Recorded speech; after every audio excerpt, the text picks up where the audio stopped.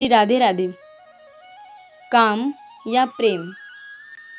बहुत बार हम प्रेम के नाम पर काम की उपासना करते हैं। हमें मलिन काम नचाता रहता है और हम भ्रमवश प्रेम की निर्मल वेदी पर आत्मोत्सर्ग करने का दम भरते हैं। जगत के सामने एक परमोज्वल आदर्श स्थापित कर जाने का स्वप्न देखते हैं। इसका परिणाम यह होता है कि केवल अपने आप ही नहीं गिरते, अपने तथा कल्पित प्रेमास्पद को भी अंधकार में घसीट ले जाते हैं। साथ ही इससे जगत में इतने दूषित परमाणु फैल जाते हैं कि वैसे सजातीय मन वाले व्यक्तियों के भी सुप्त संस्कार जग उठते हैं। उन्हें भी हमारा अनुकरण करने में गौरव की अनुभूति होने लगती है। इस प्रकार प्रेम का निर्मल नाम तो कलंकित होता ही है। समाज को, राष्ट्र को, विश्व को इनमें हमारा जहाँ जैसा जितना महत्वपूर्ण स्थान है, उसके अनुपात से छिन्न भिन्न कर देने में, इनके लिए अशांति, दुख, विपत्ति का जाल रच देने में हम निमित्त बन जाते हैं और यह स्थिति बड़ी दयनीय होती है। अतः प्रारंभ से ही हमें सावधान होकर बढ़ना चाहिए। हम आत्मनिरीक्षण करते रहे, काम के चंगुल में है या प्रेम के निर्मल आकर्षण हमें आकर्षित कर रहा है। यह बात ध्रुव सत्य रूप में स्वीकार कर ले कि हम एवं हमारे प्रेमास्पद इन दोनों के बीच में यदि भगवान के लिए स्थान नहीं है, हमारा एवं हमारे किसी भी प्रेमास्पद का पारस्परिक संबंध प्रभु की भावना से शून्य है, तो चाहे ऊपर ठाट बाट, बाहर का ढंग कितना भी सुंदर, सुव्यवस्थित, पवित्र क्यों न प्रतीत हो, है वह वास्तव में काम का ही पसारा। इंद्रिय विषयों से पूर्ण कलुषित मन के द्वारा यथेच्छ स्थापित किए हुए संबंध में काम भरा हो। इसमें तो कहना ही क्या, जो संबंध सर्वथा वैध रीति से स्थापित हुए हैं, जिनमें कहीं भी तनिक भी मर्यादा का उल्लंघन नहीं हुआ है, उन संबंधों में भी प्रेम का भ्रम होता है और वहाँ रहता है काम। भारत के सूक्ष्मदर्शियों को इसका पूरा पता था, वे इसका विश्लेषण कर गए हैं। यह निश्चय है कि पति के प्रयोजन के लिए पति प्रिय नहीं होता, अपने ही प्रयोजन के लिए पति प्रिय होता है। स्त्री के प्रयोजन के लिए स्त्री प्रिया नहीं होती, अपने ही प्रयोजन के लिए स्त्री प्रिया होती है। पुत्रों के प्रयोजन के लिए पुत्र प्रिय नहीं होते, अपने ही प्रयोजन के लिए पुत्र प्रिय होते हैं। यह पढ़ सुनकर एक बार तो ऐसा लगेगा कि यह कैसे हो सकता है? क्या हमारे सभी पारिवारिक कौटुंबिक संबंध प्रेम शून्य है? नहीं, यह बात नहीं है, परंतु गंभीरता से विचारने पर यह बात अक्षरशः सत्य सिद्ध होगी। विश्व के धरातल पर विभिन्न देश हैं, वहाँ के नर नारियों के जीवन पर हम सूक्ष्म विचार करें, फिर हमें संदेह नहीं रहेगा। जब तक हमें अपने संबंधियों से सुख मिलने की संभावना रहती है, सुख मिलता रहता है, तब तक प्रेम सूत्र जुड़ा रहता है। सुख की आशा मिटी, सुख मिलना बंद हो गया कि बस प्रेम भी टूट गया। न टूटा तो शिथिल तो हो ही जाएगा। इसलिए ऋषियों ने सुंदर मर्यादा बांधी थी। इन समस्त काममूलक संबंधों को भगवत प्रेम में परिणत कर देने की सरल एवं अत्यंत सुंदर व्यवस्था कर दी थी। वे आदेश दे गए थे, पत्नी को चाहिए कि वह अपने पति को प्रभु का रूप मानकर ही उससे प्रेम करे। पति को चाहिए कि अपनी पत्नी को वह प्रभु का ही रूप समझे। पुत्र पिता में प्रभु की ही भावना करके उनकी सेवा करे। पिता अपने पुत्र को प्रभु की अभिव्यक्ति मानकर ही उसका संलालन करे। जहाँ जिससे संबंध हो, उसमें एकमात्र प्रभु को ही अभिव्यक्त देखकर इस अनुभूति को सतत बनाए रखकर ही यथायोग्य सेवा में प्रवृत्त हो। इस भावना का यह निश्चित परिणाम होना ही है कि बहुत शीघ्र ही हमारा अहंकार विगलित हो जाएगा। हमारे अंदर जो स्पर्धा की वृत्ति है, दूसरे को फलते फूलते देखकर हम जो ईर्ष्या करने लगते हैं, यह नष्ट हो जाएगी। असूया, परदोष दर्शन की वृत्ति भी समाप्त हो जाएगी। आज जो हम गर्व में भरकर लोगों का तिरस्कार कर बैठते हैं, यह भी नहीं रहेगा। तात्पर्य यह कि अनादि संस्कारवश, कर्मवश जब हम जगत में हैं, तब हमारा लोगों से संबंध हुए बिना रह नहीं सकता। पर यदि हम ऋषियों की बांधी हुई मर्यादा का अनुसरण करें, तो इन काममूलक संबंधों का कोई दोष हमें स्पर्श नहीं कर सकेगा। अपितु हम अपने जीवन के चरम उद्देश्य को भी प्राप्त कर लेंगे। विश्व को शोधकर हम अमृत बना लेंगे। हमारे इस काम संबंध का पर्यवसन भगवत प्रेम में हो जाएगा। पर होगा तब जब हम करना चाहेंगे। कहीं आज की भांति प्रेम का स्वांग रचने जाएंगे। काम का जो प्रवाह बह रहा है उसी में सुख का अनुभव कर प्रभु को बीच में से अलग कर हम भी बह चलेंगे। तब तो हो चुका। आज क्या हो रहा है, जरा पाश्चात्य देशों की ओर दृष्टि उठाकर देखें।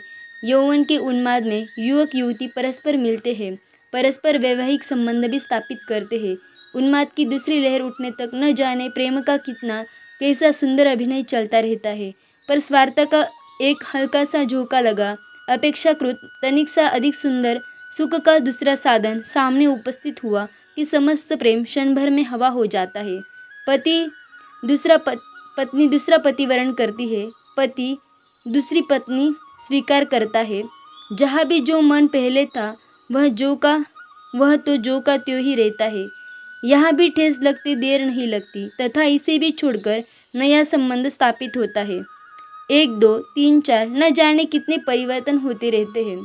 प्रत्येक संबंध के आरंभ में ही प्रेम का नाटक तो ठीक ठीक सांगोपांग ही पूर्ण होता है।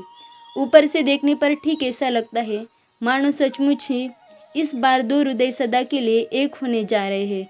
पर होता वही है जो काम के क्षेत्र में सदा हुआ करता है। दूसरा प्रलोभन आता ही है तथा दोनों नए सुख की खोज में नया संबंध ढूंढने चल पड़ते हैं। और मजा यह है कि ऐसा होना, ऐसा करना सभ्यता का अंग माना जाने लगा है। इसका विरोध करने वाले, सत्य को सामने रखने वाले व्यक्ति पिछड़े हुए समझे जाते हैं। भारतवर्ष पर भी इस उन्मादी लहर की छाया पड़ने लगी है। इसका कुछ कुछ नमूना हम अपने स्कूल कॉलेजों के छात्र छात्राओं में, उच्छृंखल युवक युवतियों में देख सकते हैं। हमारे ऋषियों ने जो सुंदर मर्यादा बांधी थी, प्रत्येक कामोन्मुख संबंध को ही विशुद्धतम बना देने की जो उनकी व्यवस्था थी, उसके प्रति हमारे अधिकांश शिक्षित युवक युवती वर्ग का आदर नहीं रहा है। अपने अतीत के गौरवमय अध्यात्म प्रवण इतिहास को वे अविकसित पुरुषों का जीवन मानने लगे हैं। उनका आदर्श बन रहा है आज का वह समाज जो भोग भोगने की पूरी स्वतंत्रता देता है, जहाँ जिसमें नाना प्रकार के विषयों को प्राप्त करने की, विषयों का उपभोग करने की घूड़-दौड़ मच रही है। इस आदर्श के अनुरूप ही वे अपना जीवन निर्माण करने जाते हैं। उन्हें पुरानी बातें पसंद नहीं, उन्हें तो नवीनता चाहिए। विकसित युग की बातें ही वे ग्रहण करेंगे और इसलिए उनके प्रेम का क्षेत्र भी इस युग के अनुरूप ही होता है। काम के नग्न नृत्य को ही वे प्रेम का विलास मानते हैं और उस प्रेम की वेदी पर बलिदान होने में अपने को अत्यंत गौरवान्वित अनुभव करते हैं। यह है आज की दशा। जो हो, हम में से जिनका विवेक सर्वथा मर नहीं गया है, जो अपने जीवन को केवल अपने लिए ही नहीं, समाज, राष्ट्र, विश्व के हित की दृष्टि से भी उन्नत होना देखना चाहते हैं, उन्हें तो सावधानी ही होना चाहिए। हम कहीं भी प्रेम संबंध स्थापित क्यों न करें, सबसे पहले वहाँ प्रभु को लाकर खड़ा करें। इस रूप में प्रभु ही हमारे सामने है। यह भावना अक्षुण्ण बनी रहे, अन्यथा इस भावना से रहित कोई भी संबंध काममय संबंध में परिणत हुए बिना नहीं रहेगा। भले ही उसका प्रारंभिक रूप कितना भी पवित्र, कैसा भी सुंदर क्यों न हो। तथा इस भावना के साथ ही बहुत नहीं तो कम से कम एक बात का और ध्यान रखें। प्रेम में स्वार्थ साधने की वृत्ति, किसी प्रकार की भी स्वसुख भावना, हमें प्रेमास्पद के द्वारा सुख मिले, यह भावना नहीं रह सकती। विशुद्ध प्रेम में तो अपना सर्वस्व समर्पण कर प्रेमास्पद को सुखी करने की ही वासना रहती है, उससे सुख पाने की नहीं। जहाँ स्वयं सुख पाने की इच्छा है वहाँ प्रेम नहीं, काम है, यह मान लेना चाहिए। किंतु हम इस संबंध में बहुत बार धोखा खा जाते हैं। हमारा अहम भाव हमें ठगता रहता है। हम समझते हैं हम तो प्रेम कर रहे हैं, हमारे मन में एकमात्र प्रेमास्पद के सुख की ही वासना है, पर वास्तव में हम करते रहते हैं काम की उपासना। हमारे अंदर भरी होती है प्रेमास्पद से स्वयं सुख पाने की छिपी लालसा। इस ब्रह्मजाल को भी हमें अवश्य तोड़ देना है। इस छिपे स्वार्थ की, स्वसुख लाभ की वृत्ति को शीघ्र से शीघ्र कुचल देना है। यह कुछ कठिन अवश्य है, पर करने से क्या नहीं होता।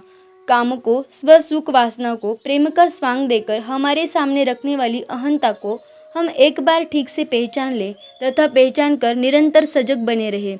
अपने किसी भी प्रेम के संबंध में हमें अपने अंदर उसकी तनिक भी गंध मिले कि बस उसी क्षण इसे विशुद्ध प्रेम के निर्मल सुवास से ढक दे। हमारा प्यारा सुखी हो, हमें इसके अतिरिक्त और कुछ भी नहीं चाहिए। इस परम पुनीत सरस सुरभित भावना को जागृत कर अन्य समस्त वृत्तियों को शांत कर दे। 1 बार, 10 बार, 100 बार, 1000 बार, जितनी बार हमारी वह अहंता काम की माया अंधेरा फैलावे, उतनी बार हम विशुद्ध प्रेम प्रदीप की लौ को तेज कर उसके आलोक में प्रेमास्पद को देखने लग जाए। फिर तो क्रमशः वह ज्योति उज्जवल उज्जवलतर होती जाएगी एवं अंधेरा क्षीण क्षीणतर होता जाएगा। किसी दिन यह अंधेरा सर्वथा सदा के लिए विलुप्त हो जाएगा और बच रहेगा एकमात्र हमारा प्रेमास्पद। प्रेमास्पद कौन? प्रभु। इसी स्थिति का संकेत इन श्रुतियों में प्राप्त होता है। जहाँ दूसरे को नहीं देखता, दूसरे को नहीं सुनता, दूसरे को नहीं जानता, वही भूमा प्रभु है। प्रेम एवं काम का अंतर हमारे आचार्यों ने विस्तृत रूप से बताया है। प्रेम के महामहिम पुजारियों ने सूक्ष्म विवेचन के द्वारा समझाया है। किस प्रकार हमारी अहंता काम को प्रेम की पोशाक पहना देती है, पर उनके विवेचन को, उनके दिए हुए दिव्य उदाहरणों को हम हृदयंगम कर सके, यह भी बड़ा कठिन है। काम से अभिभूत हुए हमारे मन में उन दिव्य भावों के लिए स्थान ही नहीं।